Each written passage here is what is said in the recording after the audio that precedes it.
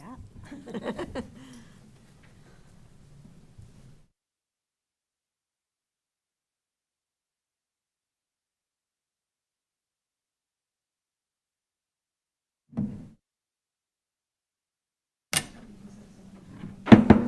I'd like to call the meeting to order. If we could stand for the pledge, please.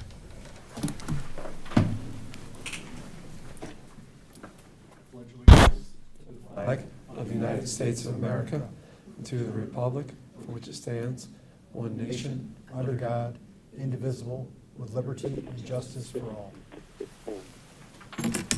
To welcome everyone to the regular May meeting of the District 94 Board of Education. Mission statement, please. Community High School strives to promote and provide growth experiences in learning, leadership, and living. Thank you. Roll call, please. Mr. Brown. Here. Ms. Casey Mayer. Here. Mr. Ramos. Present. Present? Mr. Safe. Present. Mr. Zuniga. Just walking in.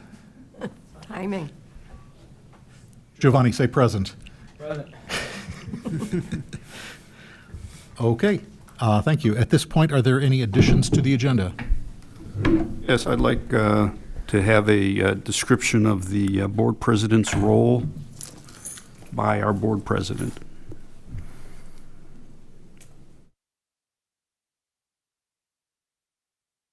Okay. We could do that during maybe board comment or somewhere on the agenda. All right, we can do that. Anything else? All right, that brings us to good news of the district. April Student of the Month. First of all, we wanted to recognize Daniel Kanda for being Student of the Month. He's not able to be with us tonight. He's off playing baseball, and so we will honor him at a future date. But next, we also have Brady Johnson, who's state boys swimming third place, 100-yard backstroke. West Chicago Community High School sophomore Brady Johnson placed third at the boys swimming state meet in the 100-yard backstroke with a time of 48.56, just 0.13 seconds behind the second place finisher. Here's what the boys' head coach Troy Murray has to say about Brady. As far as Brady goes, he's the most talented and most clutch swimmer that I have ever coached. Whenever we need a big swim, he steps up and performs. The only swimmers who beat him in the 100-yard back at the state meet were seniors, one of whom will be on a swimming scholarship at USC, and the other will be on a swimming scholarship at Carnegie Mellon next year. As a sophomore, he already holds 2 pool records, 9 of the 11 freshman records, and 6 of the 11 varsity team records. While he has been incredibly successful, I strongly believe the best is yet to come. Congratulations, Brady. You're very welcome.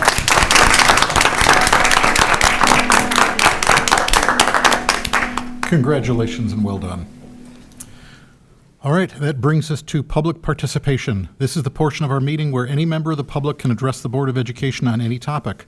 Presentations are limited to no more than 5 minutes per person, with a total time limit of 30 minutes for public participation. Due to legislative restrictions on what boards can or cannot comment on, the board does not engage in a dialogue during public participation, but will listen to concerns and, where appropriate, direct the administration to follow up. Now, this is the first meeting where we've allowed for electronic submission of public participation, and we do have some submissions, so I will go through those first, and then we will get to our in-person submissions. The first one is from, and I apologize if I mispronounce any of the names here, Fabiola Carrera. And those comments are regarding guns in school. What will be done about gun control in the school for the following year? There's already been 2 incidents where a student has carried a gun inside the school. Luckily, nothing has happened, but we do need to do something so that it won't happen again.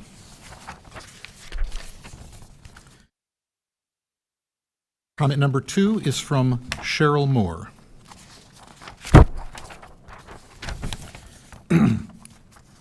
On tonight's agenda, there is a recommendation that the Board of Education approve the position change from Director of Special Education to Director of Specialized Services. I have 2 comments about that. First, the job description as posted in your agenda does not require an administrative endorsement. Without an administrative endorsement, the position is a bargaining unit position per Article 1A of the WCHSTA Collective Bargaining Agreement. If that was not your intent, you may want to check that. Second, all that was changed was to remove the Director of Special Education endorsement and make a title change. None of the responsibilities were changed. That would be the same as saying, there is a bus driver shortage. To deal with it, let's remove the requirement to hold a school bus permit and CDL and change the title to operate a large yellow vehicle. I'm fairly confident that would not go well for students. In everything the board does, you should ask, is this what is best for all students, including students with disabilities, students of color, students from low-income households, students who are academically gifted, limited English students, etc.? Tonight, you should be asking, is hiring someone to lead the special education department without the credentials and experience what is best for students with disabilities? Or perhaps is it best for the top administration to hire someone who will not challenge the practices currently in place? This year, several practices have been revealed that are not what is best for students, including the allocation of $550,000 of COVID money on a football field and the practice of recommending struggling 16-year-old students drop out of school. These practices serve the interest of the top-level administration, not the students you were elected to serve. Thank you for considering these comments. The third one is from Micah Weber, and the topic is male student bathrooms. For several months now, the men's restrooms have been consistently closed for any plethora of reasons, ranging from time wasting to vaping and drug use. It is understandable that the school would not want students to be spending valuable education time doing these things, but what puzzles me is that the school has done seemingly nothing except close the bathrooms and wait it out. In my personal opinion, this is ridiculous. Before I continue, I'd like to acknowledge that I may not know all of the reasoning behind the administration's decisions, and that the response to the student-caused issues is not out of malice, but out of love. With that being said, I feel as though there are simple solutions to a few of the problems. A simple solution for the rampant vape usage in the school bathrooms would be to install e-cigarette detectors. From a quick Google search, and this may vary from place to place, the average cost of a vape detector is about $1,000 per unit. Although not particularly cheap, it is a solution that will improve the learning environment and keep students safer. Solution for students wasting time in bathrooms could be as simple as integrating bathroom passes with expiration time, allowing for an appropriate and suitable amount of time for students to use the lavatories. When the passes expire, the student will then receive either a warning of some sort or any other type of discipline fit for the situation. This is not a perfect solution. I would argue it isn't even a good one, but it is a solution, and that is what the school needs more of. To conclude my statement, I would just like to say that there are a large number of issues with our school, from big to small, and the only way we can fix these problems is with administrative support, student collaboration, and people who are willing to put in the effort to make these changes. Thank you for your time.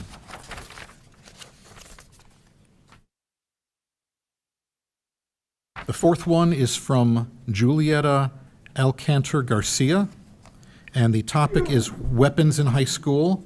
And the comments say, I am the co-president of BPAC, and I am joined by concerned parents of West Chicago. Most parents will need an interpreter in Spanish, please.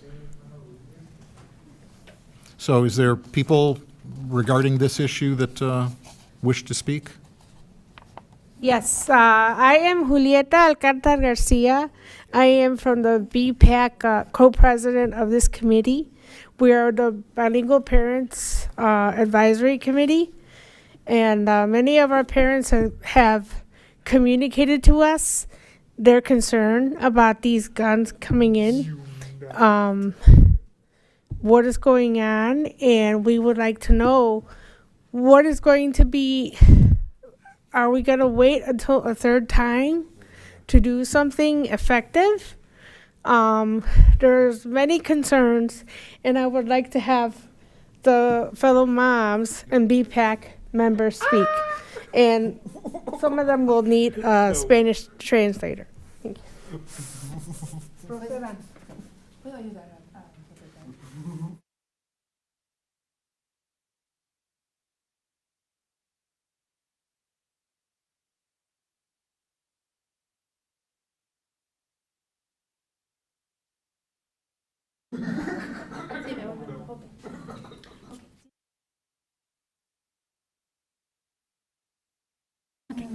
Buenas tardes, mi nombre es Verónica Salinas My name is Veronica Salinas, y estoy aquí porque estoy muy enojada por lo que está pasando y estamos dejando todo que se haga normal.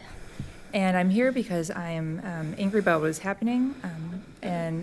Otra vez la última parte. Por lo que está pasando y What is estamos happening? dejando que esto se haga And como normal. Making this seem like it's normal. Que no hagamos algo y la verdad es que me da que no estemos aquí todos los papás porque no es algo que sea bien que nuestros estudiantes vengan y que vengan a veces con miedo a la escuela. It's not okay that our students are coming to school with fear.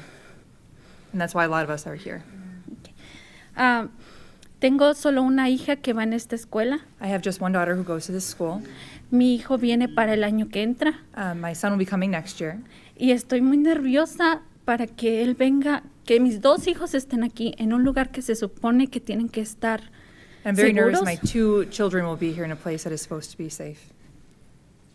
estén en riesgo y que esto sea algo común que esté pasando. Eso me da coraje. This is something that is becoming common, and it's something that gives me pause. Y no sé, realmente no sé qué es lo que está haciendo la escuela para que esto se solucione o no sé qué nos están dando a nosotros para hacer una solución de esto. I really don't know what the school is doing or what we're supposed to do to find a solution for this. Gracias. Thank you.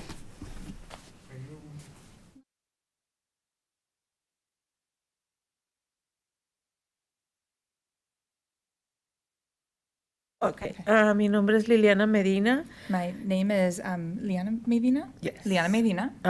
Yo soy parte del BPAP I'm part of BPAC, y siempre hemos estado opinando and we've always been giving our opinion respecto a máquinas detectoras de metales o armas. with respect to weapons and metal detectors.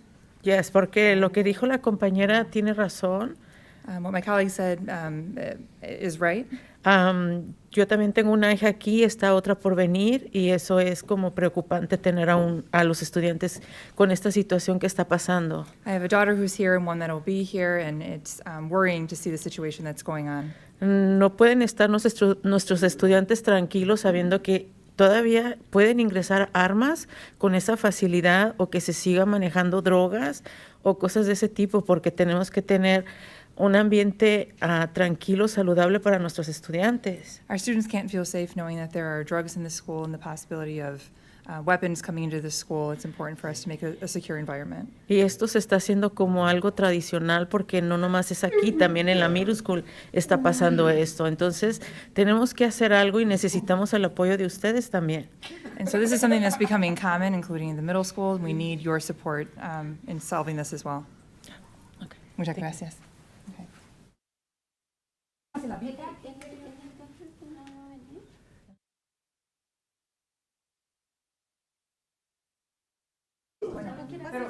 Usted ya entregó una hoja, ¿verdad? Entonces, él se va.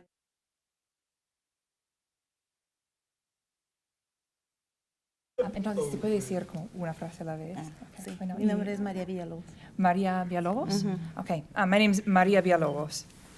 Tengo un estudiante aquí I have a student here, y pues sí me da un poco de preocupación. and it gives me some worry. Es una tristeza de que hay muchos papás mexicanos y no estamos en esta junta. Esta es mi segunda junta que vengo. It's sad that this is the second meeting I've come to, and there's not a lot of Mexican parents here. Y pues me da pena por todos y queremos que con poquitas voces queremos a ver si nos pueden ayudar. With a few voices, we want to see if we can help.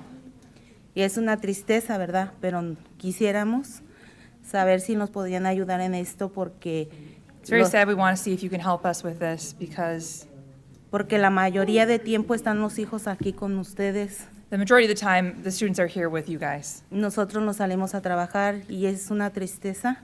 We go out to work, and so it is sad to see that. que estamos trabajando y de repente empiecen a pasar estas cosas. That while we're working, all of a sudden these kinds of things happen. Quisiéramos estar en estos momentos aquí con ellos. We would like to be here in that moment with the kids. Yo sé porque ustedes a lo mejor fueron padres.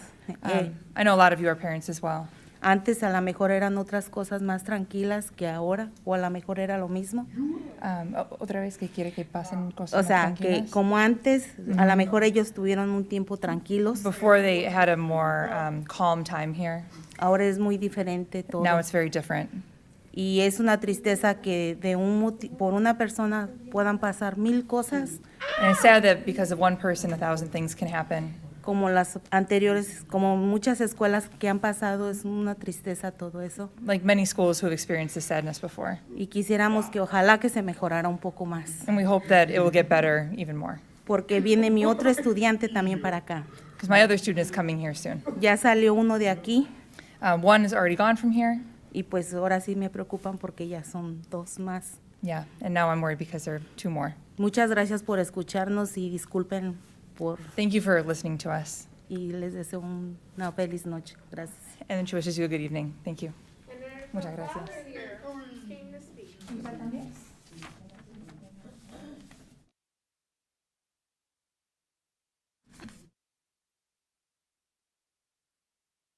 Tardes. Good evening. Muchas gracias por estar aquí Thank you for being presentes. Yo, lo personal, mi opinión es sobre personal las opinion is armas. About weapons. Pienso que principalmente son los padres, I think son los que principally tienen it's que parents. poner más atención a los hijos, Who need to pay the most attention to their kids. porque si tienen una arma en la casa, Because if they have a weapon at home, tiene que tener seguridad, they have to have security. porque es a base de eso es cuando los niños pueden agarrar las armas. It's because of this that kids can get access to weapons. Y también sobre hay que educar los hijos, hay que hablar con ellos cuáles son You have to educate and los talk to the problemas kids las consecuencias que pueden tener About the sobre consequences that they could have tener armas o llevar armas a la escuela, with having weapons or bringing weapons to school. porque no puede pasar eso Because y this can't happen. es lamentable lo que está pasando. And that's what's happening now. Un niño va a traer arma porque ahorita si no ponemos atención de esas cosas, puede ser grave las cosas. If we don't pay attention now to what's happening, there could be serious consequences. Y yo pienso que todos los padres, nadie quiere And I think all the que parents that pase nobody algo wants a sus hijos, that nothing bad happened to their children. y también que nadie piense que mirar a sus hijos como un criminal. And no one wants their child to be seen as a criminal. Y eso es lo que pienso y mi idea es hay que reparar eso, hay que los is what I padres think, and we poner have to mucha repair atención this. a los hijos, We have to pay more mirar attention to the kids. qué es lo que están haciendo, qué es lo que sucede, qué hacen en What la are they escuela, doing? qué es lo que What llevan, has happened? What are they taking with them? checar sus mochilas, Look at their backpacks. porque también los maestros, como hay muchos niños y pienso que no tienen Because the teachers have tiempo a para lot of checar kids. todas las mochilas. And they don't have time to check all the backpacks. Y si es posible, es por And if it's possible, tener algo como para detectar las To have que something llevan to detect what's coming en la in escuela, porque in the school. es la vida de ellos. That's their life. Y eso es mi idea y muchas gracias This is por my idea. escucharme. Thank you for listening to me. Gracias. Thank you. Muchas gracias.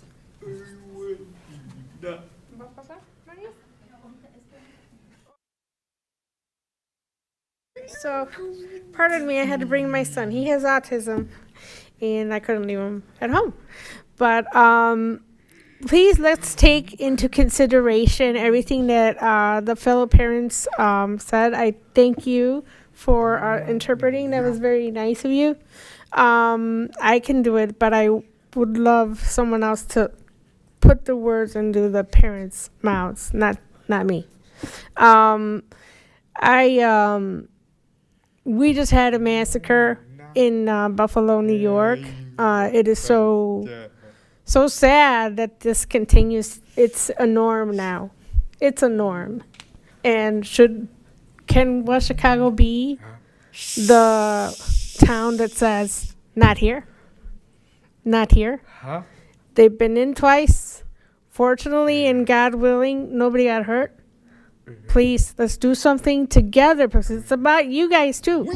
All of you, the administration, the teachers, everyone in schools are in danger if we allow this to, if we allow a third time, what's going to happen? What is going to happen? I want West Chicago, all of you, and moms and dads together. Let's say no, not in West Chicago, please. Thank you. All right, thank you for those comments. I don't know if those comments included two more sheets that were turned in, one from Cruz Marie Berrios.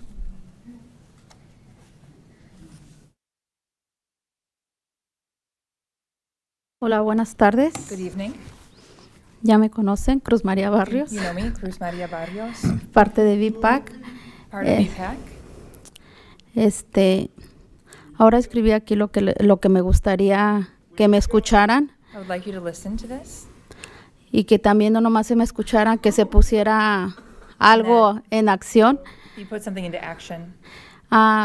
Escuché que en otro meeting I heard in another meeting clarificaron que me gustaría saber cuántos deans vamos a tener para el próximo año. I would like you to clarify how many deans for next year. Ustedes aprobaron uno más, pero yo nomás miro 2 deans. You approved one more, but I only see 2 deans. Esto me hace pensar que para el próximo año ya vamos a tener 3. This makes me think that next year there will be 3. Espero, también me gustaría obtener el contrato de Pete Martino, I would also like to have the contract of Pete Martino. pues es el encargado del comportamiento y seguridad. He's in charge of behavior and security. Y pues con lo de la pistola y drogas que hay en la escuela, es claro que no está haciendo bien su trabajo. That it's apparent he's not doing his job. También vengo a decir que no es verdad I also am here to say that it's not true. que hablar de los padres que no es verdad cuando hablan a los padres cuando faltan los niños, When they speak to parents when the kids are not here. porque muchas veces nos hablan mucho después que nuestros hijos ya faltaron. Many times parents are spoken to well after their children were absent. Nos gustaría más que no tuvieran más transparencia con nosotros los I padres. would like you to have more transparency with us, the parents. Y ahorita algo bien importante, que necesitamos un traductor. We need a translator.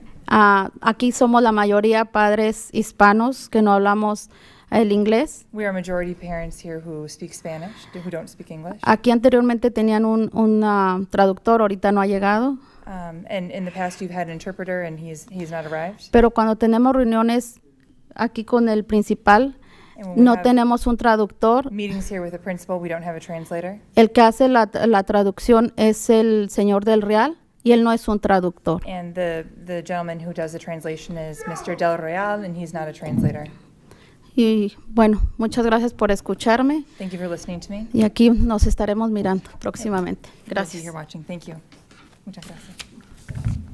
All right, and the last one that I have is from Rocio Hernandez.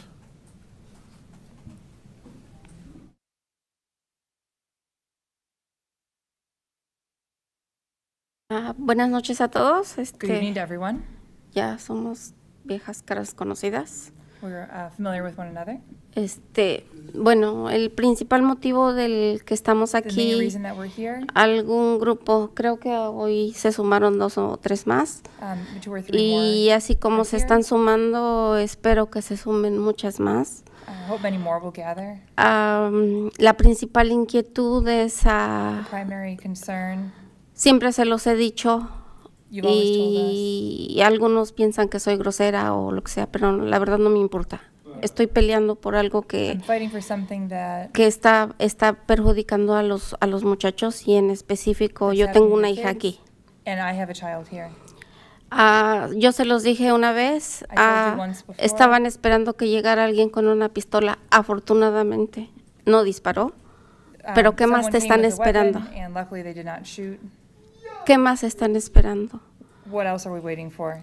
¿Cuál es el plan de acción para erradicar action la plan? droga que to handle tienen the aquí? drugs here? ¿Cuál es el plan de acción que tienen ustedes What's the action plan that you have para poder contratar a más personas que hagan soporte psicológico a los to muchachos? hire more people to provide psychological support to the children?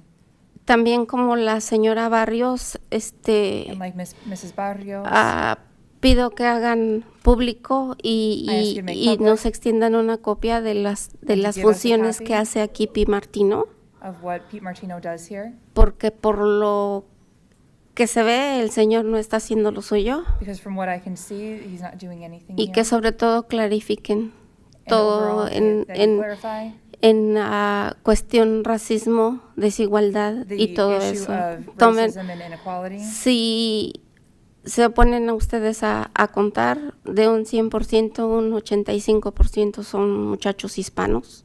100% or 85% are Hispanic children here.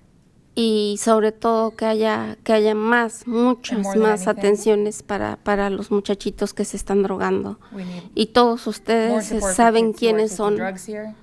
y Need to know who they are. pueden darles soporte And soporte you need to give them the emocional support y soporte a las familias. to the kids and to the families. Pueden hacer talleres, You can do iniciar workshops. talleres, bueno, ahorita ya es tarde, Initiate workshops. pero el próximo año hacer un plan para detectar For next year, we have a droga plan to y detect todo lo drugs demás. and everything else.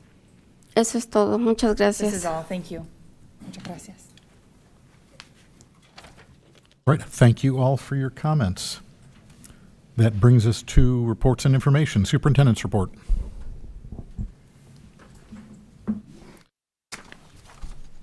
Good evening. My report tonight will be brief. First, just a reminder that we have our commencement ceremony for the class of 2022 tomorrow night at 7 p.m. at the Northern Illinois University Convocation Center.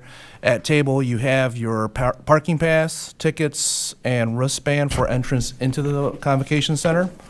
And if you want to, arriving at the Convocation Center at 6:30 should give you plenty of time to get situated for the procession. The ceremony will be live streamed, and the link has been communicated to families and is on our webpage. And you also have a map in your packet to show you where the Convocation Center is and where the parking lot is that is for your parking pass. On Thursday, May 26th, we will be having our end of the year breakfast at 9:30 a.m. So please let me know if you will be able to attend. The district did not receive any FOIA requests to report for this month's meeting. And then lastly, just as an informational item for the board, we did have an interpreter lined up for tonight's meeting, but for some reason did not show up. But we did confirm prior to the meeting that he would be here. And that concludes my report. All right, thank you. Director of Business Services report. Thank you. I have a quick food service update. At the beginning of this school year, we provided free breakfast for all students in the cafeteria. In early February, Quest and I started to discuss the option of a breakfast cart at entrance B, knowing that the majority of our students enter through those doors. On March 9th, we implemented that additional location to serve free breakfast to our students. Since March 9th, we've served just under 13,000 breakfasts in total, which is more than doubled our daily breakfast served. I have a meeting with Quest this Friday to review how this school year went, our plan for serving summer school meals, and as well as discussing potential plans for next school year and beyond. We'll discuss more about next year's breakfast and lunch plan at the June Committee of the Whole meeting.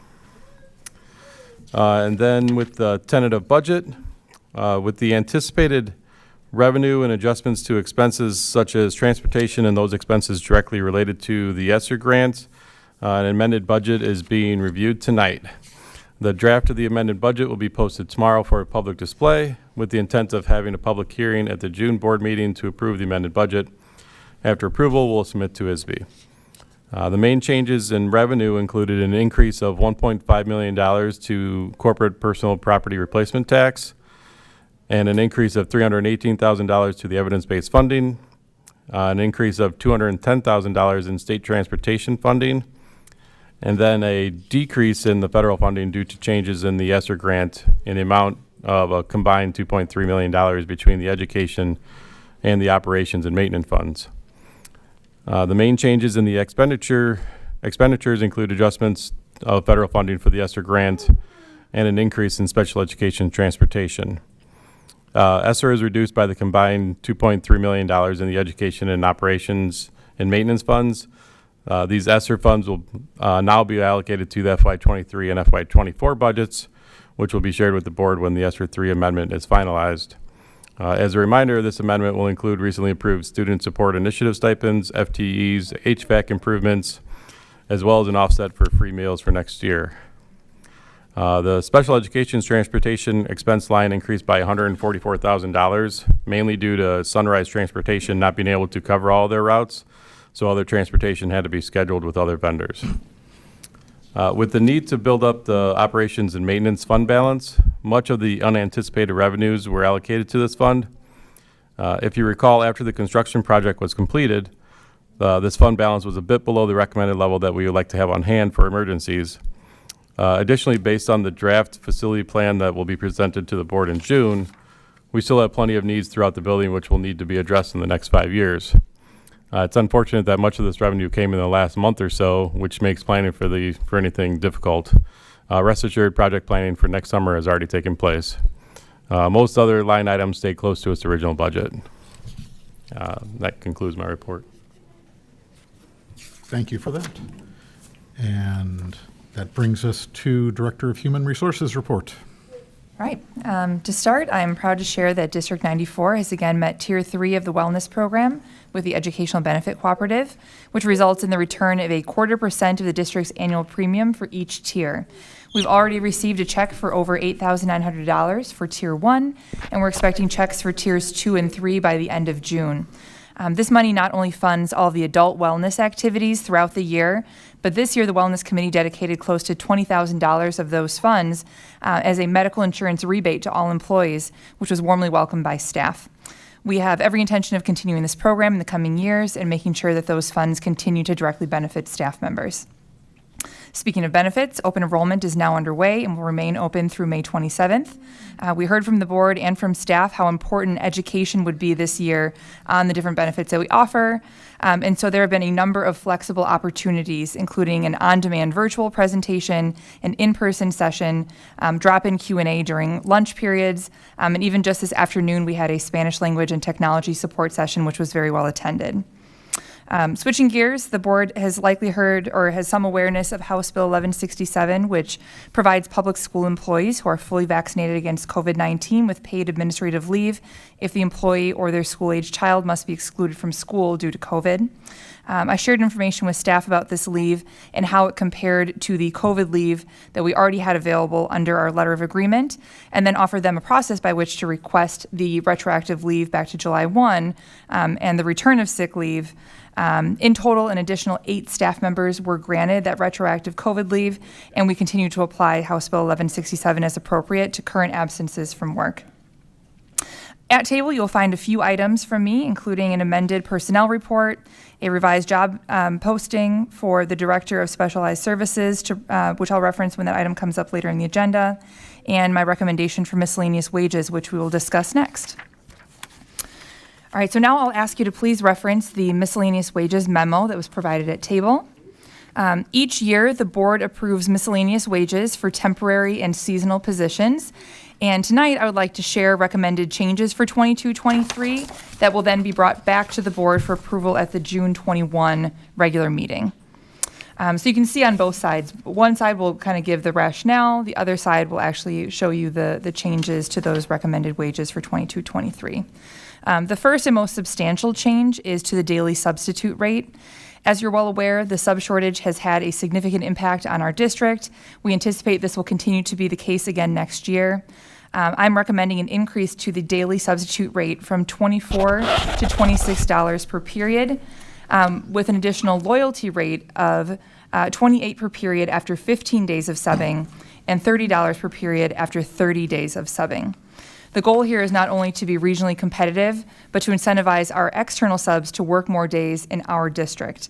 At present, we are filling a lot of absences with internal subs, which at present, it's costing us an additional $12 per class period, and next year that cost could be anywhere from $7 to $11 more per period. So we really like to see as many of those as possible filled externally. I'm also recommending an increase to the long-term substitute rates from $239 to $242 per day. That, again, is tied to the base salary.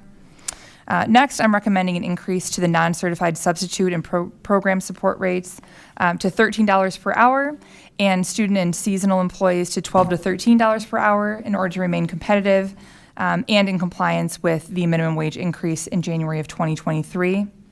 And finally, I recommend an increase to the event worker pay of $5 per event. While the compensation is nominal for these events, the increase better reflects the current market. So this concludes my report. I'm now happy to open it up to discussion about the miscellaneous wages recommendation for 22-23.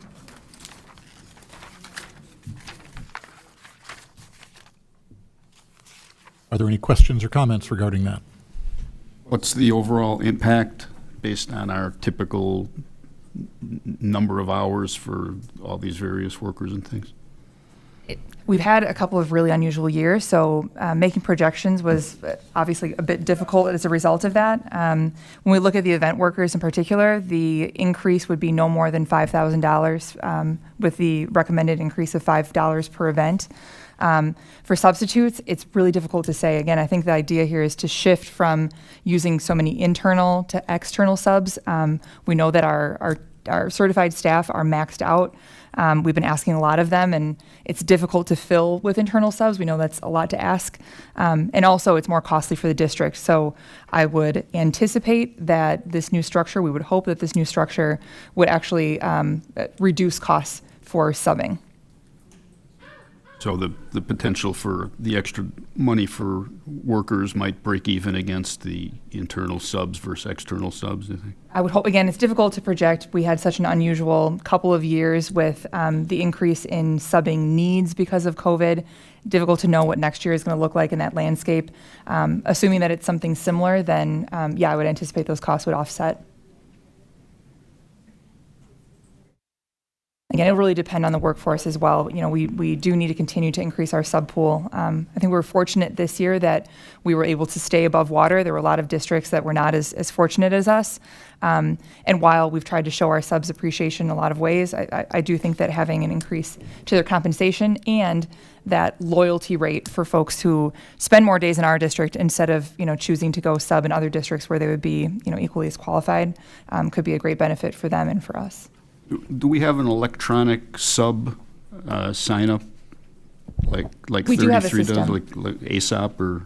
Yeah, and it is ASAP. The new version of it is through Frontline. Yeah, it's a pretty easy to use program, and so they're able to access, you know, sub jobs either online, through an app, phone calls. There's a lot of ways that they can pick up positions. Okay, so we make it easy for them to know about openings and Absolutely. sign up for them. Okay. Yeah, we've gotten pretty good feedback from subs too, that they find it pretty straightforward. And then at the orientation, they also share some tips with each other so that they're all kind of on board and ready to go at the onset.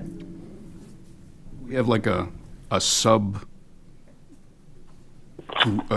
user group, kind of like you know, where subs can get together and exchange ideas and, you know, kind of support each other. Is that? Well, that's a really good question. We've had a couple of events to show our appreciation for subs where they've gotten together, but I don't know that there's been an actual group that's gotten together. So that might be a good idea for next year, Rich. I guess, you know, Yeah. if other high schools have like a sub Yeah.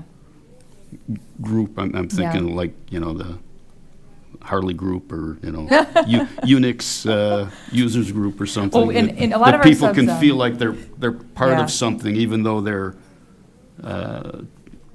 subbing Yeah. and temporary. Might Yeah, be interesting to give people something to be part of. It's an interesting thought. You know, we see, just looking at the amount that our substitute teachers are actually working in the building, you know, we had 5 that were regular subs that did long-term leaves for us, but then when you look at those folks who were 30-plus days in the year, we had 14 subs who did that. So we have 14 who are regularly here. We had 14 who did less than 14 days this year, and then very few in the middle, only 3 that were kind of in that middle ground. So they're either here a whole lot or not a lot at all. Do we have, is there a specific group, either certified or non-certified, that we have a harder time finding subs to fill those spots? That's a good question. So the recommendation here is really just for substitute teachers for certified staff. That's the rate that we're talking about. We normally... Right. Well, I'm just wondering if we have, when it comes to non-certified, if we have a pretty huge issue on that or not, or is it fairly minimal? Is there a pool for that also? You know, this was actually one of the first years, and granted, it's my first year, of course, but from the feedback that I received, it sounded like this was one of the first years where, because of COVID, we had so many absences that it started to become a bit difficult, particularly with our program assistants. If we knew that a couple were going to be out for a substantial amount of time, we would try to tap into folks who could sub for those. But otherwise, we normally don't fill just a daily absence for support staff. If we anticipate somebody's going to be out for an extended period, then we'll make some plans around that.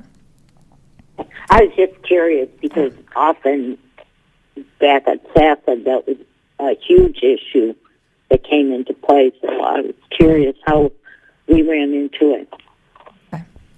Do our subs? Thank you. Do our subs have to commit to a full day, or do we have flexibility where it might increase our sub pool if they, can sub half a day and we have another group of subs that can sub the others? Like some of the teachers that, people have, mornings free or afternoons free that they could sub. How does that work? It's a good question. Most of our subs, our external subs, want to be here for a full day. So if they see that there's only a partial day available, those jobs might be some of the last to get picked up, just because if you're going to come all the way in, they want to make it worth their while, and the pay is per period. When it comes to internal subbing, our certified staff are teaching 5 periods a day, and so they really only have availability those other few. So it's really piecemealing together. When we know that we have a half day for someone to fill, there will be multiple certified staff members. It's very unlikely you'd see a certified staff member subbing more than 1 period in a day. Oh, sure. Yeah. Okay. And I guess, do we have a profile of what incentivizes subs to sub that we might better understand and be able to put together some additional incentives to attract more subs? Yeah, it's a good question. We don't have a ton of feedback from the subs themselves, but I will say a couple things that we've done this year were, number one, trying to reach out and make sure that they feel appreciated. Dr. Dwyer, I think it was your idea to add on the free lunch. Every time you sub in the building, you get a free lunch certificate, so you can go down to Quest. And that just takes one thing off their plate, kind of literally, right, that they can go down and have a great lunch with Quest. So that's been a nice incentive. I did also receive an email from one of our subs who does sub here all the time, as we were kind of chewing on these ideas, actually reiterating the same ideas. Like, it would be really nice to see sort of a loyalty rate in place to honor those folks who are here all the time and encourage them. And I definitely see the benefit to that. I hope that would encourage more people to pick up more days with us. They also really appreciate organization and consistency. So knowing, hey, I can work at the same place pretty much every day I want to, and knowing here's where I pick up my keys, here's where I pick up my lesson plans. Lesson plans are going to be there. And the more they sub, the more familiar they are to students, and students treat them with respect and familiarity, and that just makes their day that much easier. And they really appreciate that.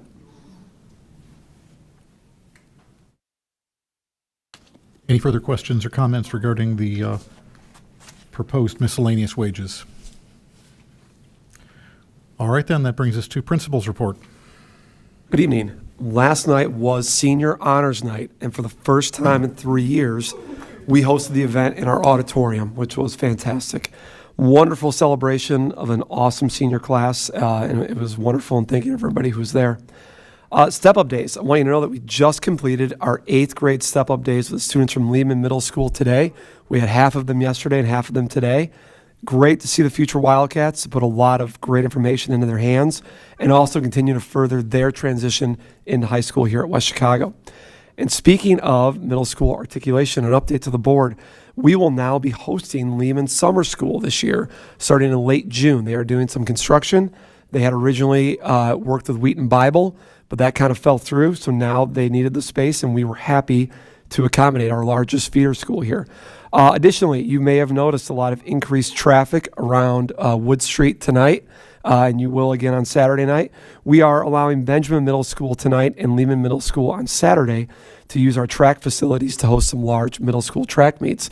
And I will just tell you, we do have a marquee, amazing track facility right now. We hosted the girls' conference track meet this year, and it really we got a lot of compliments on it. And again, great to have all those future Wildcats on campus. Really want to take a moment to congratulate our music department and another round of very successful concerts this season for spring. Choir is wrapping up their concert as we speak, and I'm thankful for our wonderful student musicians and instructors who have really come back to in-person performances with a lot of joy and ambition this year, with orchestra and band wrapping up last week.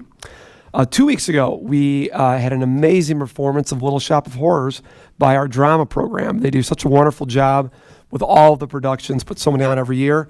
We are graduating quite a group of drama seniors this year, going off, most of them going off to some amazing drama programs. They're going to be missed, but I am sure that the next wave of aspiring actors are going to step right in and fill those roles. Quick update to the board on the activity buses that we've been offering. When we first began offering them, the first full month was March, and we were averaging just over 5 riders a day in the month of March. Then in April, it did jump up to over 7 riders a day, and so far in May, we're averaging about 10 riders a day. I do want to point out that on days when we have more activities or more events occurring in school, you see a significant increase in ridership. And then on Mondays or Thursdays or Fridays, if there's less going on, you see a significant dip, which can definitely skew the average. And then athletics update. I want to just update the board that our spring sports are coming to a close. Pleased to report a great return to what I'll call normal athletics for the 2021-22 school year after the very truncated and multiple jammed together seasons and football in February that wasn't the Super Bowl happening. That was an odd year, and it's been great this year to get back to normalcy. But also, please mark your calendars for next school year. September 13th to the 18th will be our homecoming week, and looking forward to a great week of festivities and activities. And last but not least, you have the monthly discipline and attendance report in your packet. All right, thank you for that. And now committee and representative reports. Do we have an update from SACID? Okay, no update from SACID. That brings us to future dates. There will be a committee of the whole meeting on June 7th and a regular Board of Education meeting on June 21st. The committee of the whole meeting that would have been on July 5th has been canceled, so you can enjoy your holiday a little bit more. And there will be a regular board meeting on July 19th. That brings us to joint board meeting follow-up.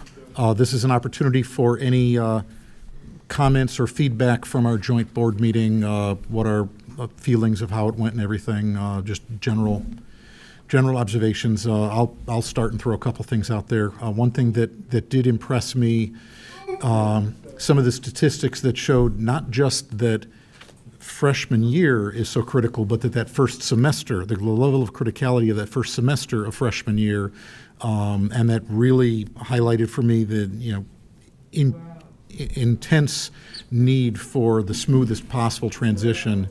And from what I'm hearing, there's been an increase in the frequency and quality of conversations between the districts, so I think we're definitely moving down the correct path. I think both districts have a lot to offer each other so that we can better meet the needs of the students in our community. So I'm very much looking forward to hearing how this summit over the summer goes and how we continue to build connections between 94 and 33. So open it up for any comments. I have a comment. While I was unable to be there in person, I was a little surprised at the insinuations that there was a bad history between the two boards in the past and the lack of collaboration.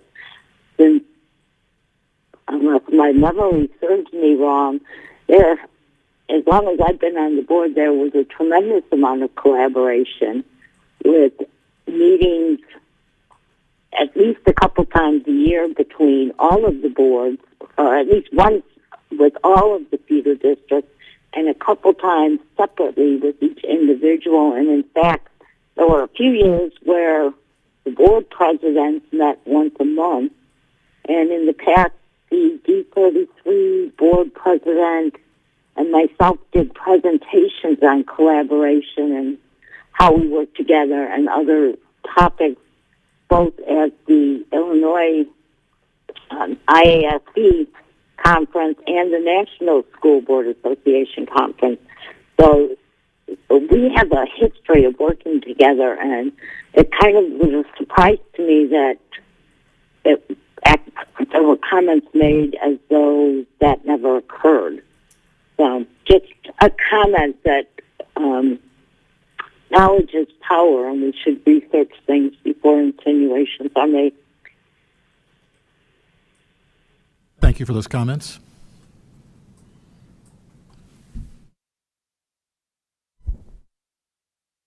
I just want to reiterate that Bob and I were approached by the president of D33 and the vice president of D33, their school board.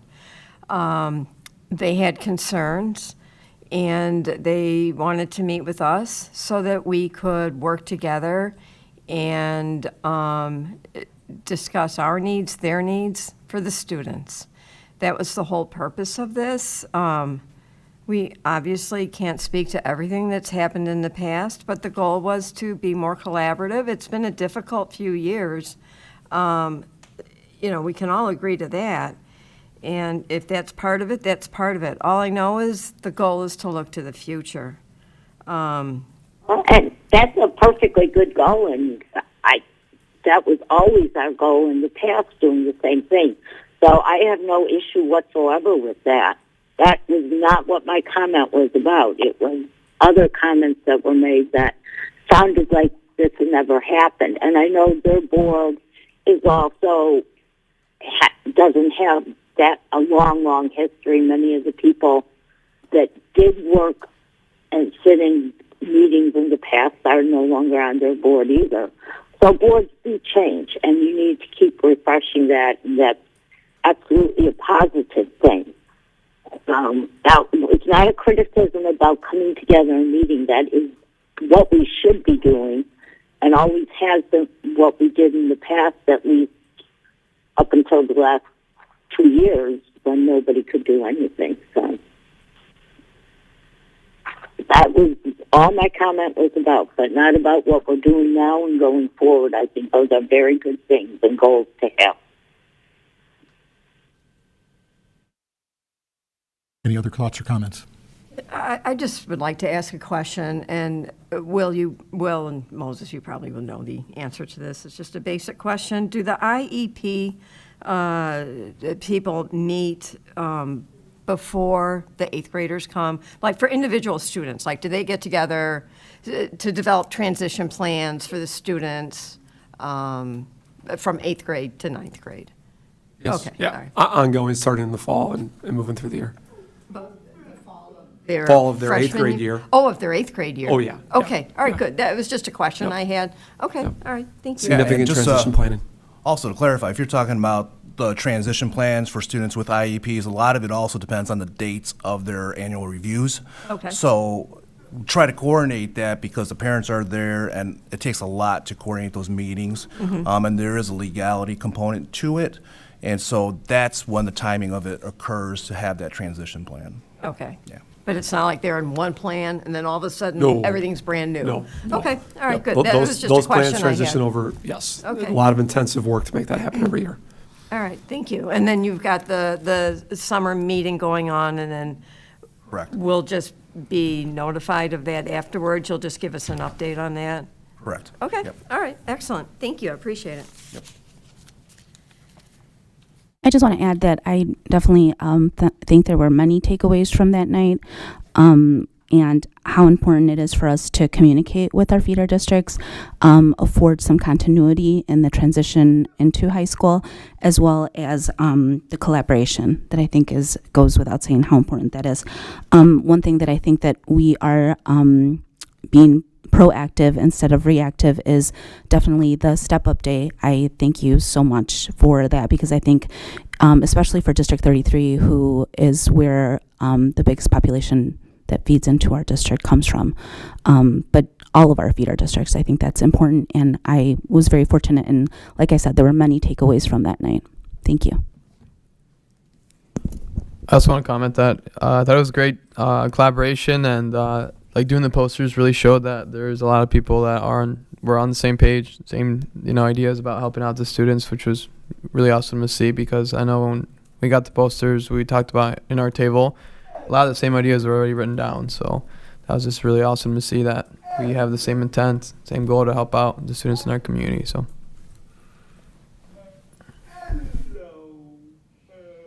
Any other comments about the joint board meeting?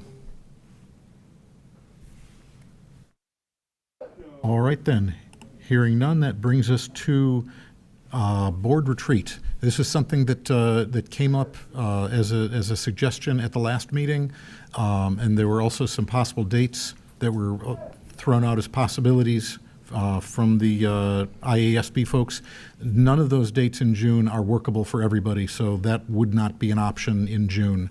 So throwing it out there for board discussion on the idea of a board retreat, and if so, when this summer we might be available to try to find some dates that may work. So open comments on it.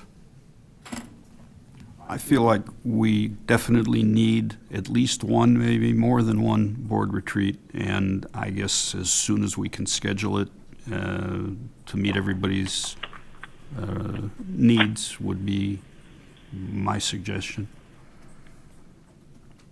Concur with that.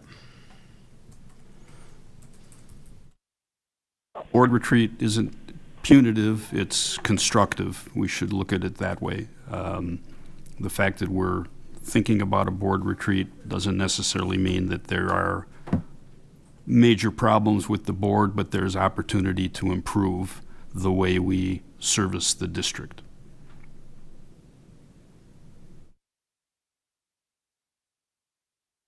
Any other comments? So to clarify, I sent an email to the board, got 3 days from D. Molinari, and last I checked, June 6th was possible, but you said it was not you couldn't do it. No, I can't. Okay. So I need to contact D for possible dates beyond June for possibly It sounds July. like we need either July or August dates as possibilities.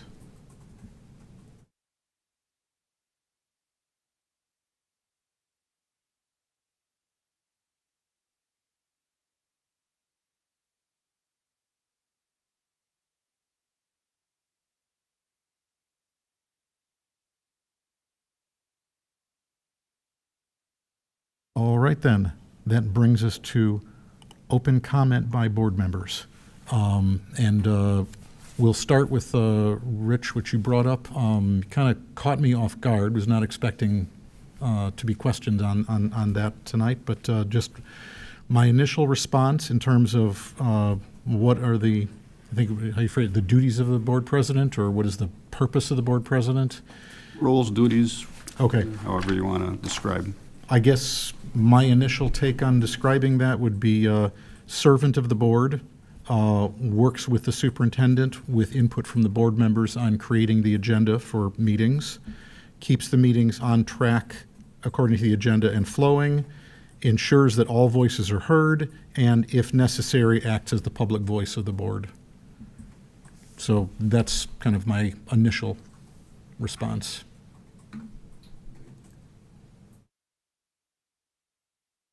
Any other open comment by board members? I was at the, and Will, I appreciate you reminding me now. I've got the Little Shop of Horrors jingle running through my head again. I ran about a week and a half, but it was a great show. I had brought my 12-year-old granddaughter with, and she was just bopping along. She was enjoying it, so it was great. So I've never been disappointed by one of our shows. It's phenomenal. The talent that we have in the set. This was a great set.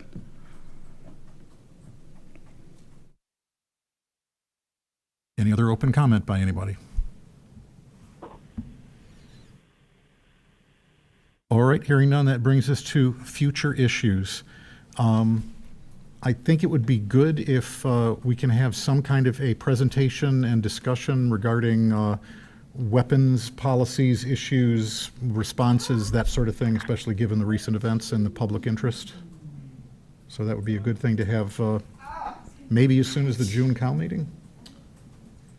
Are you talking about a response from the law enforcement, from what's typical school policy? Just need some direction so that... Beginning the dialogue. You know, what do we do now? What is our current policy? How do we respond to incidents? And some discussion on, is there more we ought to consider or changes we ought to consider?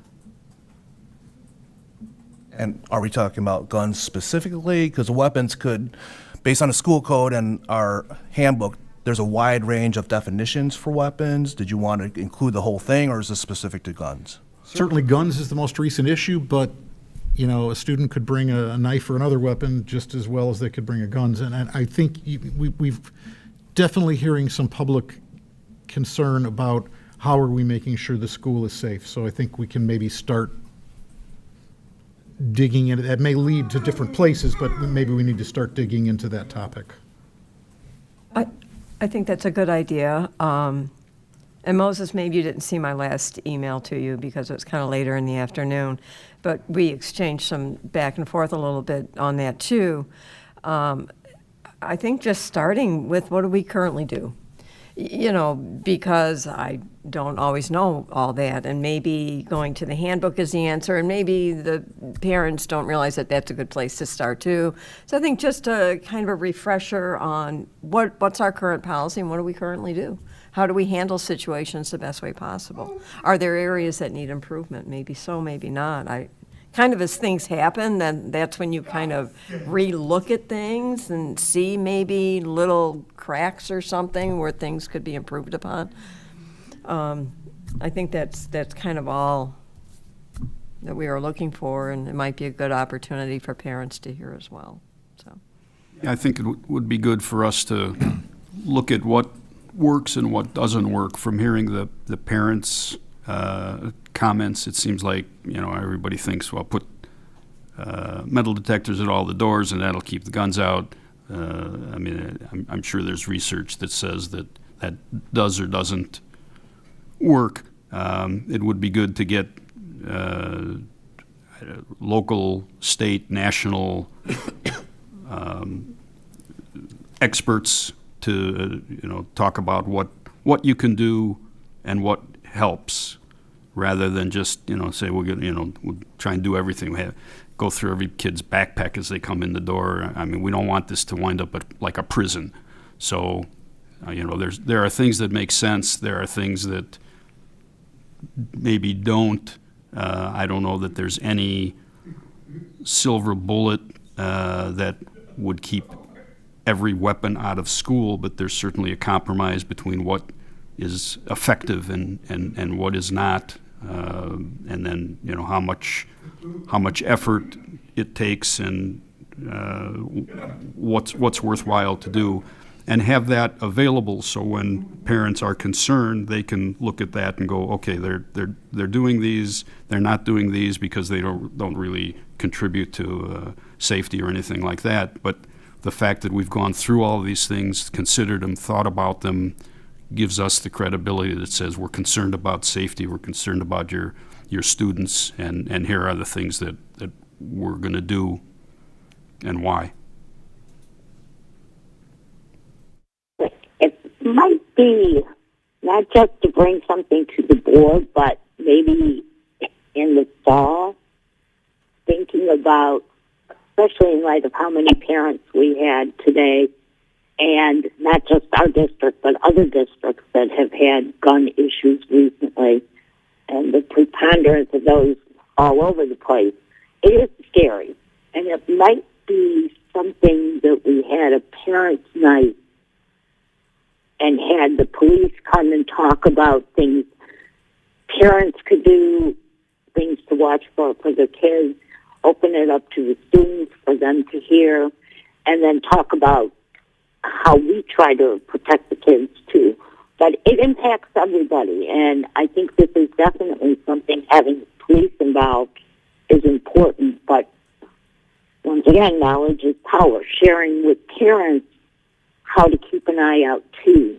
I know the one student, the parents had no indication whatsoever that there was a problem, but yeah, it might just be a good way to bring everybody, as many people together as possible, to be as knowledgeable as possible and empower everyone with tools of understanding. Again, something for fall, because summer's coming.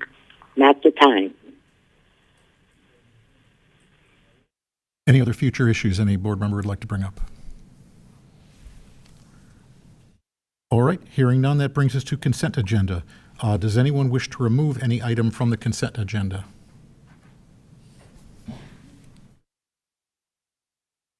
Hearing none, I would move approval of the consent agenda, which includes approval of minutes from the regular board meeting April 19th, closed session minutes from April 19th, special joint Boards of Education meeting April 27th, special Board of Education meeting May 3rd, special Board of Education closed session May 3rd, Committee of the Whole meeting May 3rd, closed session Committee of the Whole meeting May 3rd. Approval of financials, including approved current expenditures, impressed fund statement, treasurer's report, statement of position/financial report, statement of revenue/expenditures, year-to-date ending April 30th, 2022, 3-year budget/actual report, grant reports, petty cash fund report, student activity account fund balance, new vendors monthly report, quarterly financial reports, and board conference travel expenses. The personnel report as amended and given out at table this evening. The appointment of Dan Morris to the position of treasurer for 1 year from July 1, 2022 to June 30th, 2023 with a stipend of $2,500 per year. Approval of the surety bond of the treasurer, and approve the banks of depository as per what was attached in the packet. The interfund transfer of interest from the working cash fund to the education fund no later than June 30th, the consolidated district plan, and the resolution designated interest earnings for the fiscal year 2022 to 2023 as presented in the packet, and authorize the Secretary of the Board of Education to certify such resolution. Is there a second? So moved. Roll call, please. Ms. Casey Mayer. Aye. Mr. Ramos. Aye. Ms. Munoz. Aye. Mr. Nagel. Aye. Mr. Saik. Aye. Mr. Zuniga. Aye. Mr. Brown. Aye. All right. There being no old business, this brings us to new business, separation of employment. The recommended motion is that the Board of Education accept the following: the resignation of the following individuals effective at the end of the 2021 to 22 school year. Christopher Camareno, Teacher, Science Division. Jordan Covella, Teacher, Physical Development Division. Jennifer Walker, Teacher, Special Education Division. Ashley Walsh, Teacher, Career and Technical Education Division. The resignation of Kevin Kirchhoff, Dean's Assistant/Dean's Office, effective May 20th, 2022. The retirement of Jose Perez, Custodian, Building Operations Division, effective August 26, 2022. And the non-renewal of Leslie Soto, Personal Care Assistant, Special Education Division, at the end of the 2021 to 2022 school year. So moved. Is there a second? Second. Any discussion? Roll call, please. Mr. Saik. Aye. Mr. Zuniga. Aye. Mr. Brown. Aye. Ms. Casey Mayer. Aye. Mr. Ramos. Aye. Ms. Munoz. Aye. Mr. Nagel. Aye. Okay, that brings us to ratification WCHSSSA MOU. The recommended motion that the Board of Education adopt the tentative agreement amending the terms of the extension to the 2018 through 2022 contractual agreement with the West Chicago High School Support Staff Association, effective July 1, 2022, and continuing in effect through June 30th, 2023. So moved. Second. Any discussion? Roll call, please. Mr. Zuniga. Aye. Mr. Brown. Aye. Ms. Casey Mayer. Aye. Mr. Ramos. Aye. Ms. Munoz. Aye. Mr. Nagel. Aye. Mr. Aye. That brings us to confidential staff salary increase. The recommended motion is that the Board of Education approve the compensation for confidential staff. So move. Second. Second. Any discussion? Roll call, please. Mr. Brown? Aye. Ms. Casey Mayer? Aye. Mr. Amos? Aye. Ms. Munoz? Mr. Nagel? Aye. Mr. Sake? Aye. Mr. Zuniga? Aye. That brings us to administrative staff salary increases. The recommended motion is that the Board of Education approve the compensation for administrative staff. So move. Second. Second. Any discussion? I have a question on that. So the 3% is just it's across the board for every administrator, or? It's the overall amount. And then it's distributed differently depending on the positions. But it's the overall aggregate amount. So the 35 would be the. Correct. Okay. It's a total amount. Yep. A pool, we used to call it. Got it. Okay. Any other discussion? Roll call, please. Ms. Casey Mayer? Aye. Mr. Amos? Aye. Ms. Munoz? Aye. Mr. Nagel? Aye. Mr. Sake? Aye. Mr. Zuniga? Aye. Mr. Brown? Aye. That brings us to arcade structural column replacement. You want to give us an update on this? Looks like it's changed a little bit. Sure. So as we noted at the May committee of the whole meeting, we have 3 columns that need to be replaced this summer.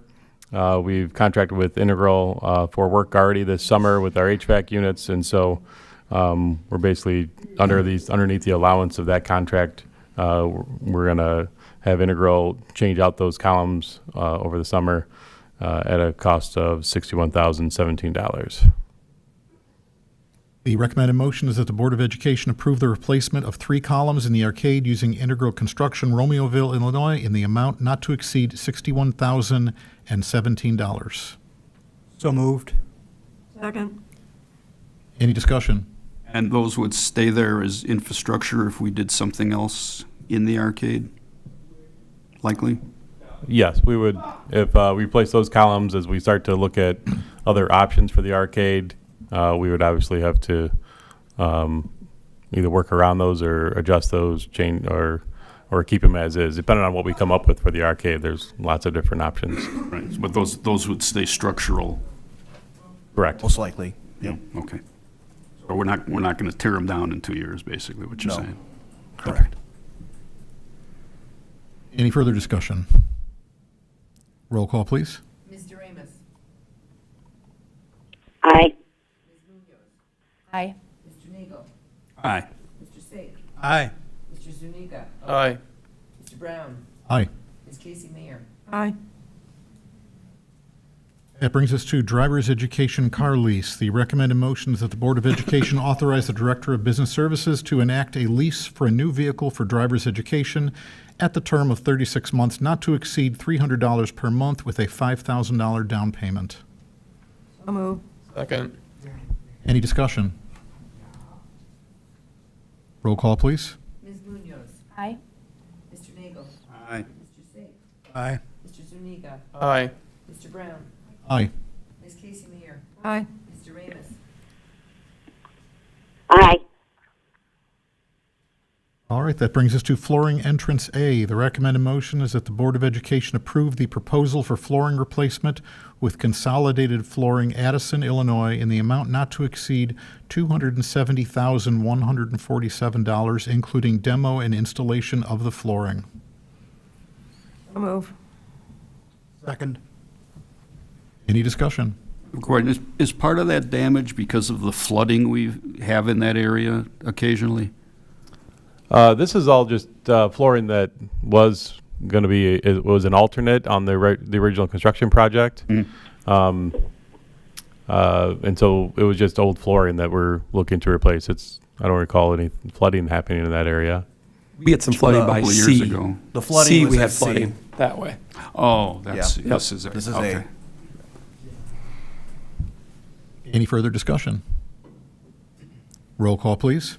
Mr. Nagel? Aye. Mr. Sake? Aye. Mr. Aye. Mr. Brown. Aye. Ms. Casey Mayer. Aye. Mr. Ramos. Aye. Aye. All right, that brings us to change from Director of Special Education to Director of Specialized Services. Since I'm anticipating some discussion on this, we'll hold off on the recommended motion and just go into some discussion and questions, comments. I have a comment. Tonight I speak on behalf of a community and student demographic that will benefit from the check and balance that the decisions of the city and board provide. Though I believe District 94 has the intent to provide high academic standards, the decision to hire for a director of specialized services and not for a special education director holding a special education endorsement underserves and underrepresents students with disabilities. District 94 serves a student demographic impacted by poverty. Therefore, I will not compromise the students of our district in hiring for a position that does not align with the needs of District 94 students and community stakeholders. The special education endorsement ensures that the applicant for this position reflects the knowledge base required for special education funding, budget allocation, grant interpretation, and equitable and intentional programming that serves a marginalized group of students that chronically go underrepresented. Additionally, hiring a trained and informed applicant on federal, state laws and regulations specific to students with disabilities. Thank you. I have some comments about this. Having some vast knowledge on special ed and having sat in on the second round of interviews, I realized how important it is to have the right person in that position. And I dealt with many special ed directors who had all of the right endorsements who were totally incompetent and had no idea what they were doing. And I think we need to draw from a bigger pool. I don't think the administration's intent here is to just find a person to fill the gap, but to find the right person who has all of the qualifications, all of the knowledge, all of the ability to best serve our students. And the endorsement itself is just a rubber stamp and is totally irrelevant. Anyone can have all of the knowledge base without necessarily having the endorsement. And that's what is far more important to me, is somebody who understands the population we have, specifically the non-English speaking population, because all my years involved in special ed, as a parent, I was and my husband who coached Special Olympics basketball, I was very cognizant of how difficult it was for the non-English speaking parents to be engaged. And we always had people with special ed endorsements, and that still was a huge gap. We did not see people coming forward with the dual language skill set in this round of applicants that could have met that need. So we may have had a few people who might have been knowledgeable on poverty and now very knowledgeable on special ed, but they didn't understand. It was a very narrow pool. They didn't understand the nuances of our district, and we ended up not getting either of the people that were brought up to the final two for various reasons. I think we need to find a bigger pool, and this is a very powerful way to expand that and get someone and still meet the requirements that are mandated by the state of Illinois through our collaboration with SASN. And SASN gives us tremendous support in grants. They give us some tremendous support in special ed financing. They give us tremendous support in mentoring the director in that area. So there are supports to help us have anybody who has what we're looking for that position there. They wouldn't be out there on their own. But I think it makes perfect sense, because what we're going to end up getting is somebody who is not able to do the job because we've limited that pool so much. So we have to think for a different way of doing things if we're going to accomplish what we want to do, which is truly meet the needs of the students of West Chicago. And that's my say on it. And I have a little bit of background in this because I've dealt with some of the worst. So there it is. Is it possible to, if we find a good applicant that does not have the endorsement, make getting the endorsement a requirement of their hiring? You know, we'll hire you, but you're committing that within X amount of time, whatever's reasonable, 1 year, 2 year, whatever's reasonable for getting the endorsement, that you will obtain the endorsement, and then once you've obtained it, there will be an increase in salary. Is it possible to do something along those lines? It's a lengthy endorsement to get. It's not a 1 year, a 2 years push. It'd be up to the individual. I mean, what would be the out then if they determine not to do that? I mean, it could be encouraged, it could be stressed, but making it a requirement, we're still tapping into a different pool of people. At the same time, too, what does that person then maybe want to do with that? Does that mean they want to continue here? It's hard to say. So it has some possibility. It also has a lot of challenges to that, too, though. And that'd be a long-term commitment. To do it in 2 years would be, I think, pushing it for some people. I think we're all struggling with the knowledge. Yeah, the hiring pool was really challenging, and we understand that, but we're all struggling with how can we make sure that the decision we make is going to ensure that our students get the best care that they need. And we're all struggling with that. For sure. And the challenge is there's no guarantee with that. In every hire we make, there's no guarantee it's going to be the best person. I would say, I think the care that we've shown thus far in not moving forward candidates that we weren't comfortable with just to get somebody shows you the seriousness of that. There are candidates there, but in that rigorous interview process that involved 3 steps and exhaustive background checks, there were irresponsible hires to be had there with the licensure that we chose not to bring forward. I do appreciate that you're not just checking the boxes that way. I do appreciate that. How long does it take to get that endorsement? I apologize. It's 24 credits. Oh, okay. So it's pretty rigorous. It takes time. And I think the expectation to have someone get that right away, especially starting in the first year of a new job, in a challenging job, let alone trying to take on that coursework, does add a layer of stress. Yeah. Since we're having this conversation in open, I think it's good to have the context, too, for how we arrived to this point. So that might be helpful for the dialogue. So if, Julie, you wanted to jump in and just kind of give a context for where we were and how we got here. Absolutely. So obviously you have a recommendation in front of you this evening for amending the Director of Special Education position to the Director of Specialized Services. As you're aware, Dr. Dwyer and I went through an extensive interview process for the Director of Special Education position. The pool was very shallow. It did not pan out. After numerous conversations with the ROE, with our attorney, with SACID, and with other districts, we found that the specific director endorsement is not required for us because of our member status with SACID and the role that they function in as the Director of Special Education for our district. This is a great benefit as it allows us to expand our candidate pool and find the right candidate who can bring the leadership that our special education division needs and deserves. You will find the amended job description in front of you at table this evening, so I'd appreciate if you have that in front of you as well. To answer a bit more to Bob's question as well, I think when we talk about finding that right person to give the level of support that we need and knowing the extensive problem solving that's gone on this year to really support the special education division, we want to make sure that that person is set up for success and that, we would make sure both on the front end through that interview process that we've established that all those things that may have been concerns that, what if the person hasn't gone through the special ed director endorsement? Do they have the legal knowledge? Do they have all those components in place? That will be vetted out extensively through our process.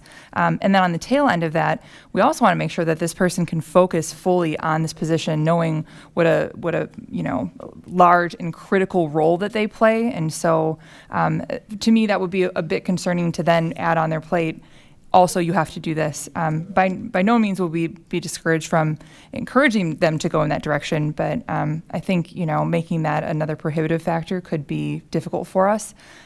If that appears in the job posting, that also could limit our candidate pool. So that would be a consideration for us as well. If the goal here is to expand our candidate pool, are we adding additional limiting factors that could put us in a similar position to where we are now? To take a slightly different angle on that, is it possible, given that it sounds like this endorsement does take a lot of effort to obtain, and it's, not a quick one-year process, if we get a couple good candidates, all things being equal, is it possible to favor a candidate that is already in process down that road? They've decided, I want to get this endorsement and I'm working on it. Again, all things being equal, if you got two candidates, that way you get somebody that's decided they want to go down that road. Yeah, Bob, that's always a consideration. I think it's a really good point. Certainly, the change in the job description and job title does not prohibit someone with the Director of Special Education endorsement from applying. And just like any position, someone with more education experience and endorsements that are related to the position would set them ahead. And so I absolutely anticipate that if we had a strong candidate with the director endorsement instead of a general administrative endorsement, that would definitely, work in their favor and be Would it then considered by be the committees. Your intention, if we get somebody that eventually earns that we would change this description back to requiring it in the future? Would that be the intent, or we'd always want to leave it open like this? I mean, I think it would be something we want to reevaluate down the road. I don't know if that's a decision we want to make at this time. Certainly, we see at this moment how prohibitive it can be to have that director endorsement, knowing how few individuals hold that specific endorsement, and also looking at our candidate pool and how few of the individuals with that director endorsement have the required experience to be successful in a position. There are plenty of folks who maybe hold the endorsement but have never actually held a formal leadership or administrative position before, which is critical for us. So I guess the best answer I can give is that we'd probably want to reevaluate that and take all those factors into consideration.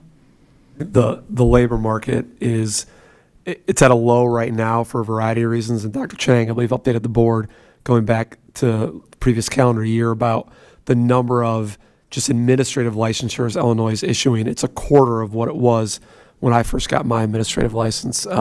And then when you add that specialty in there, we're definitely at a rarity with some licensures. And in the future, if the job were to open again, we just have to reevaluate the pool, I think, to see if that's a wise choice. I have two questions regarding the pool. Is Director of Special Ed, is that a district position or is that a school position? That is a position that reports to the principal. So every school would have one? No. Or- Most districts that are multi-building have a district-level director of special education. And I think that's part of why ours is a bit unique and challenging, is that a lot of folks who hold that director of special education endorsement are looking for a district-level position, whereas ours does report to the principal. Okay, so it's a district level, so... Typically, yes. The first problem with the pool is there aren't that many anyway. Kind of like looking for a superintendent. There's so many. I guess the second question then is, of the people that are there are not that many that are looking to take a new job, right? I mean, this wasn't our first choice in handling, but we're adapting to the situation that it's just a small pool because, first of all, there aren't that many to begin with, and second, there aren't that many that are necessarily looking to move from where they're currently at. Is that? That's correct. And to Will's point, that is reflective of the current landscape for people going into administration, especially in special ed. And in talking to Mindy McGuffin and Terry Engler, who is our special ed attorney, their comment was that's why a lot of districts do participate in the special ed co-op, because that is one of the advantages of being in a co-op. And if you look at a lot of districts in the area, you'll find that the title for that district position does vary from Director of Special Ed to Director of Specialized Services or Specialized Student Services or something similar to that, because I think it reflects, again, just how difficult it is to find somebody in that position to manage the responsibilities. If we demand... Can I follow up with a question on that? Actually, two questions. from those conversations with Sassad and Terry Engler, and just knowledge per se, do you have any idea how many local districts, Chicago metro districts, are currently looking for special ed directors? And then my second question is, what do our feeder districts do? I know in one of the emails sent it said 33 does that. I am fairly certain that 34 does the same thing. I don't know about 25, and I may be wrong about 34, but I know they used to do the same thing. So doing what we're talking about doing for a school that's a single unit district is very common. It's not an unusual, maybe a change for us, but it is not an unusual situation. But Julie or Moses or Will, anybody have any ideas about how many other openings we're competing against than what our own feeder districts do? Yeah, I'm not sure about how many openings there are currently. I know that in conversations with, again, Minnie McGuffin, director of SASID, as well as Terry Engler, their comments were that it's very common for the districts in a cooperative to use the director of that cooperative as their director of special education. And especially when you consider that there are a lot of districts that are small, and we would be considered a small district, but if you think about all the elementary districts that are very small, it's difficult to find an individual person with that director of special ed endorsement. And so that's why you see, again, the variation of names of the titles as well as what's required, whether they require that director of special education certificate or not. I know Julie had a conversation with Angelica over at 33, so if you want I did, yeah. I spoke with Angelica Romano after we started to kind of uncover that this director endorsement is not a requirement, and she said that they have also moved to a director of student services for the same reason. So as a member of a co-op, not required, I think that gives them some additional flexibility as well. I'm just doing a quick search here. I was able to pull up Winfield School District 34 administration. Again, I'd need to check with them more thoroughly, and I'm not sure what their relationship is to a co-op, just because I'm not that deep in special education. However, they have a student services coordinator. I don't see anyone specifically that's a special education director at that district, and I could look for other feeders as well. I do want to just add that at District 33, there is a student services director. However, that person does hold a special education endorsement. So I think it's important to say that. Is it special education or special education director endorsement? Special education endorsement. It's from Like what an I understand. LBS 1? Yes. Okay, and that is a requirement of our position as well. An LBS 1 is required. I think what we're talking about here is the administrative endorsement. It is the special education administrative endorsement. I can't verify that, but either way, that is their practice, though. Their position does not require it. And I just want to highlight, too, for SASID, they will more or less certify our out-of-placement districts. They're not necessarily developing or forming relationships or building relationships necessary to advocate for the neediest part of our population. We do serve a significant group of students with IEPs. I guess what I'm struggling. Wouldn't change though with the person we hire. They would still be servicing our students directly. SASID would be a support for the administrator, and they do provide a lot of other support for our students that we can't do on our own. But they are an enhancement to what we already do. They're not a replacement for what we do. They would solely be a rubber stamp for that endorsement for the special ed director. So it's not changing the position or looking for somebody with a lesser of a skill set. It's just enlarging the pool of people who might apply. We're not asking for less than what we were looking for ever. In fact, we're hoping to get even better than what we've been able to bring in. It's the requirement of that title, that endorsement, that's limited us. And oftentimes, I mean, if somebody has gone through the trouble, the time and expense to get that endorsement, they may be looking for, as was already said, a far bigger district than we serve. We're a single unit school district. They may be looking for a much bigger pool to swim in because they went through all that trouble, which makes it kind of a double jeopardy for us. So it seems like if we aren't able to increase the pool, we'll either wind up without the ability to fill this position or not an ideal candidate. Well, if we can't find worst case scenario, we can't find someone to fill the spot, we would have to consider what our options are. We have to look internally to see who in a department might have that certificate, or we can always obviously rely upon SACID because we are part of that co-op. We would have to go back and consider options. Where are we at? Well, like we talk about the feeder district, but like neighboring like high school districts, do they have someone with that title in that position? It varies. So some do have a director of special education at the district level. Some have a director of student services or specialized services. It varies. So like this program endorsement, these are doctorate level classes that talk about like higher law, like. I don't know if they're not doctorate level classes. They're graduate level. They're graduate level, and you can go to a variety of places. The place that I looked at was at Northern, where they had the 24 credits, but it might vary depending on where you go. Speaking with AU, their enrollment in these programs, like we were talking about before, is down. There's just not as many folks coming out of school with the special ed director endorsement, like administrative endorsements. It's rare to find.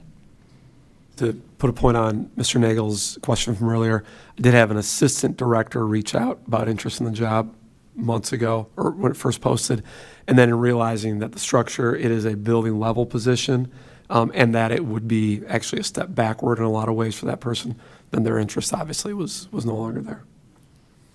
I guess what I've struggled with is I would much prefer the position to still require that endorsement, but given the scenario, there's not really a good answer. It's a question of what's the least bad scenario, and it's seeming like if we keep the required endorsement, then we're more likely to either have a lesser candidate that happens to have the endorsement, which puts us in a worse situation, or no candidate at all, and we've got to scramble with the staff shortage in an area that deals with a lot of students that have a lot of needs.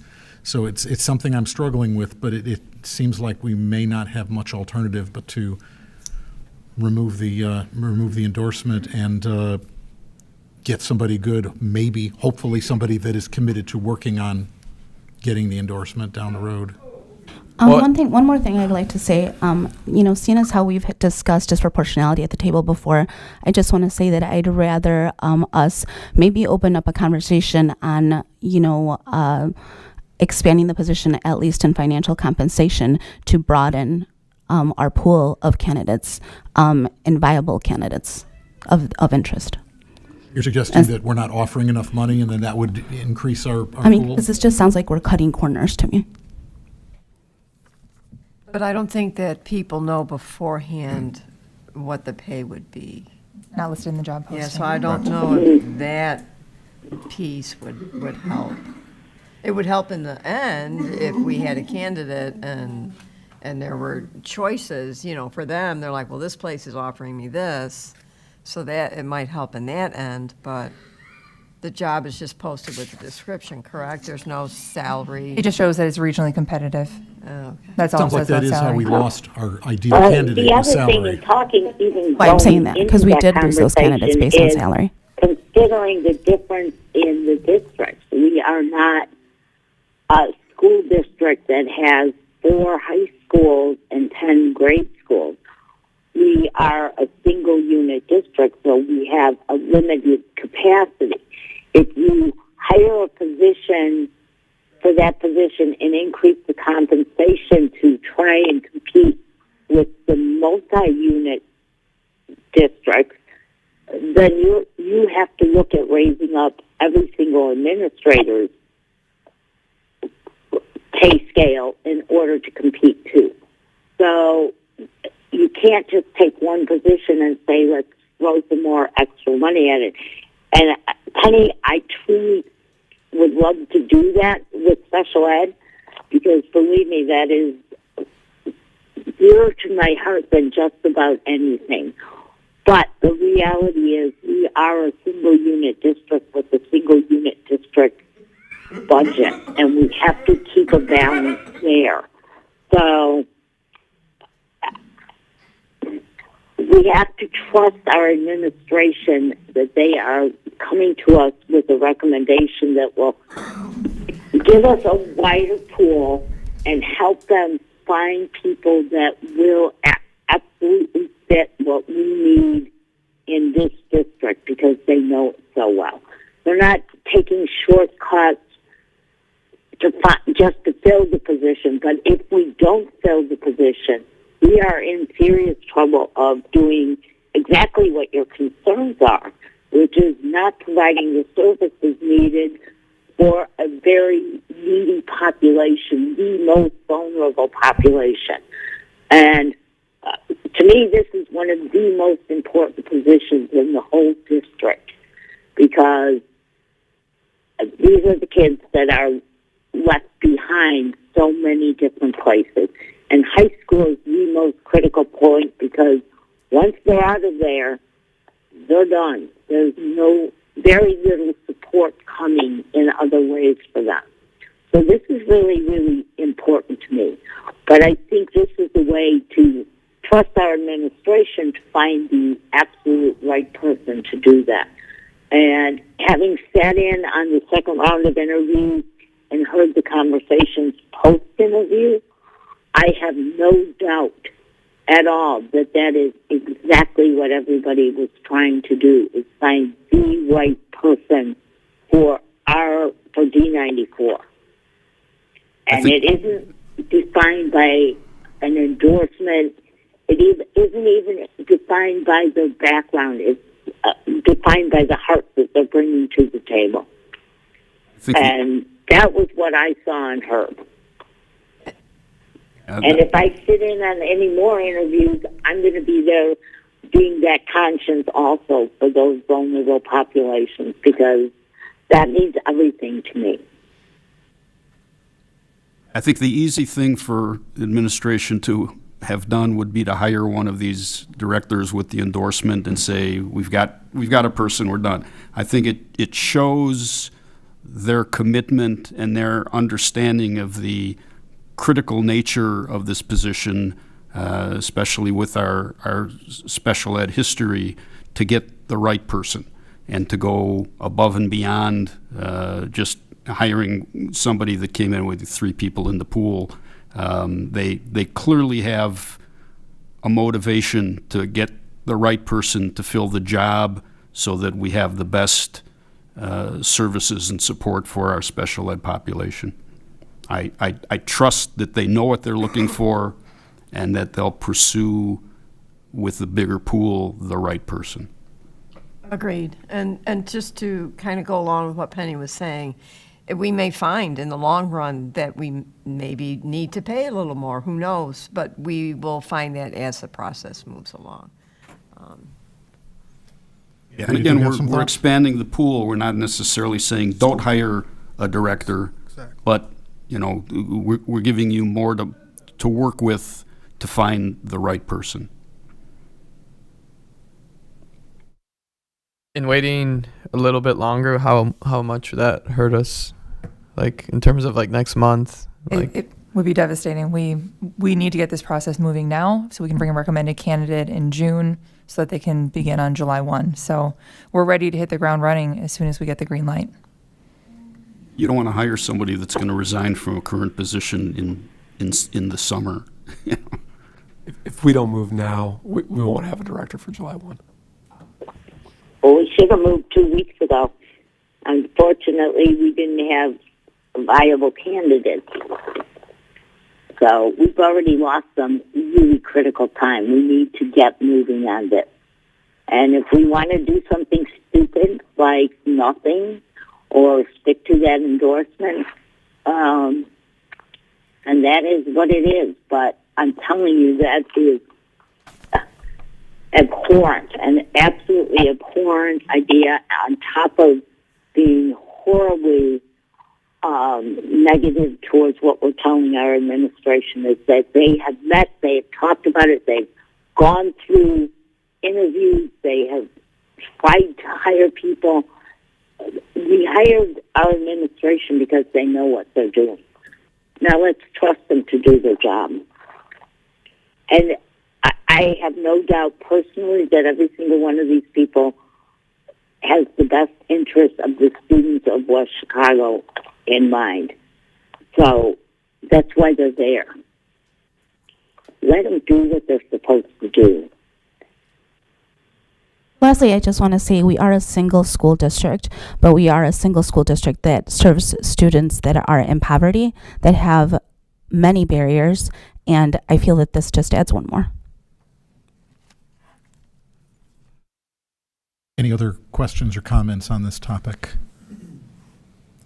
I do applaud this board. Clearly, this has been an issue that everybody's done an awful lot of soul searching on, and it's a very difficult decision. It's absolutely not an easy answer. And I think everybody on this board wants what's best for all of our students and certainly for our special education students. With that, the recommended motion is that the Board of Education approve the position change from Director of Special Education to Director of Specialized Services. So moved. So moved. Is there a second? I'll second. Any further discussion? Roll call, please. Mr. Sake. Aye. Mr. Zuniga. Aye. Mr. Brown. With regret that we have to, aye. Ms. Casey-Lear. Aye. Mr. Amos. Aye. Ms. Munoz. No. With no regret that we have to do it. Mr. Nagel. Aye. All right, then. That brings us to the end of our open session. We will be going into executive session for the purposes of the appointment, employment, compensation, discipline, performance, or dismissal of specific employees, collective negotiating matters, and student disciplinary cases. And we will not be taking any action after executive session. Is there a motion to go in? So moved.